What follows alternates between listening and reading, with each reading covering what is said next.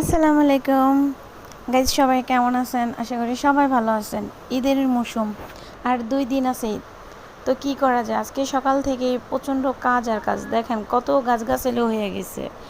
গাছগাছালির আজকে পরিষ্কার করতে হবে। তো কাজ করতে হবে, কি করার আর। তো এই গাছগাছালিটি আমরা 2 ভাই বোনে পরিষ্কার করব।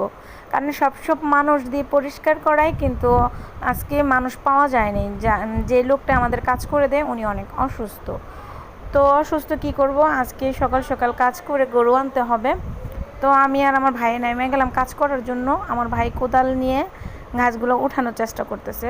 তবে আমরা মানে লোক যেভাবে কাজ করে সেভাবে তার আমরা পারবো না। তো হালকা পাতলা আমরা পরিষ্কার করে নেব। তো অবশ্যই আমাদের সাথে থাকবেন। আর আজকের ব্লগটা শুধু আপনাদের জন্য, কারণ আমি তো তেমন ব্লগ করতে পারি না। তারপর সুযোগ সুবিধা মতন ব্লগ করি যে আপনারা একটু পাশে থাকবেন। তো কাজ করতে